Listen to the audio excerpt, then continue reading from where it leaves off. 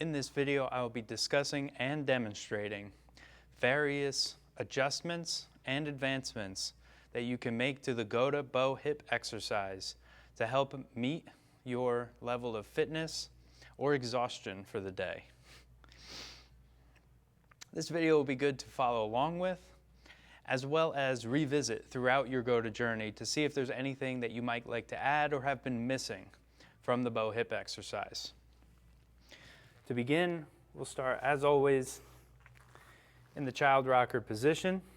Find a neutral position for the pelvis and the shoulders, and then move right into the bow hip stretch. The first adjustments that can be made to the hip exercise are the same as the adjustments that can be made to the child rocker. You may do this exercise with the toes tucked, though in general, I have my toes tucked a lot more in the child rocker than I do in the hip exercise, but it is an option. From there, you can also create isometric tension by pressing the hands forward and the legs back as if to spread the ground apart underneath you, creating tension in the posterior chain of the body, the front of the shoulders,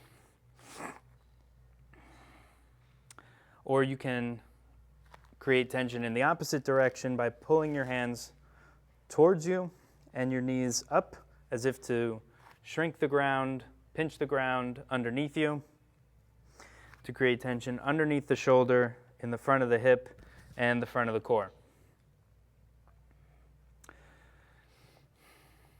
Then we have the bow hip stretch rocker. Now, if you're in the rocker and you're unable to keep your leg extended, so that would be my left leg here, keeping that foot off the ground.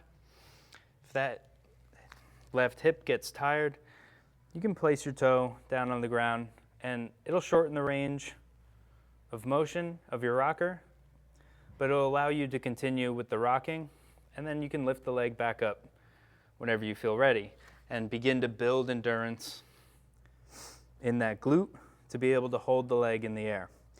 You can also slide the foot on the ground, which allows for more range of motion. And it's not so bad on the hardwood. It would probably be even better on carpet. Additionally, you can always come back to just the hip stretch and just give that back leg a break. And from there, the next adjustment that I make is, instead of rocking front to back, which puts the hip into flexion and extension, I'll instead twist side to side, which puts the hip into internal and external rotation. You may feel a stretch at either extreme of this range of motion, although it doesn't need to be extreme. Just a slight twist, like a fish moving through water. This can also be combined with the flexion and extension by going side to side and front to back. A little bit more like a fish moving through water. You may choose to just work at one range of motion. So if I really wanted to work on my bow hip stretch, trying to get deeper into the stretch, I might work side to side back here, and then maybe move up a little bit and go side to side.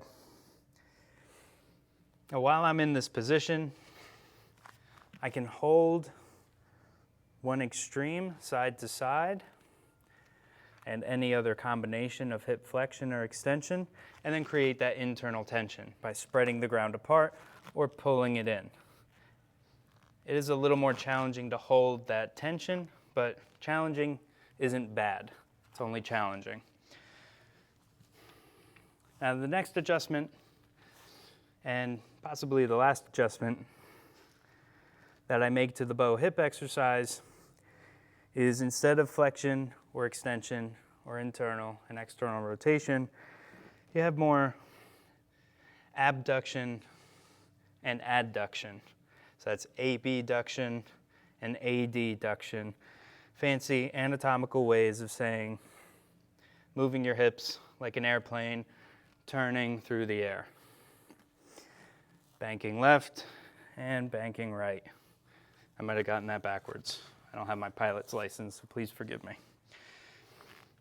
Now again, this can be combined with varying degrees of flexion and extension. So I might turn my free hip up to the ceiling and then rock back and forth. Turn it down a little bit and rock back and forth. And continue in varying intervals. You may want to get very precise and only move a little bit at a time, or you can really just make it 3 main intervals, putting down to the ground, somewhere near level, and up to the ceiling. It is good to have control throughout the range of motion, but you can vary it and rock, point it up to the ceiling, and go side to side, and include your rocking back and forth. And again, I can vary the abduction and adduction and increase the tension by pressing my hands forward or pulling them back as if to spread the ground or pinch it underneath me. So here you have quite a few variations. I suggest picking one, trying it out for a little while, maybe a week or so. If it works for you, stick with it. If it doesn't, try something else. And as always, come back to the basics. There's nothing wrong with just the bow hip rocker with a level pelvis, level hips, not too much side to side, but there's many options. I hope you found this video helpful. Thank you for your time, your attention, and your energy.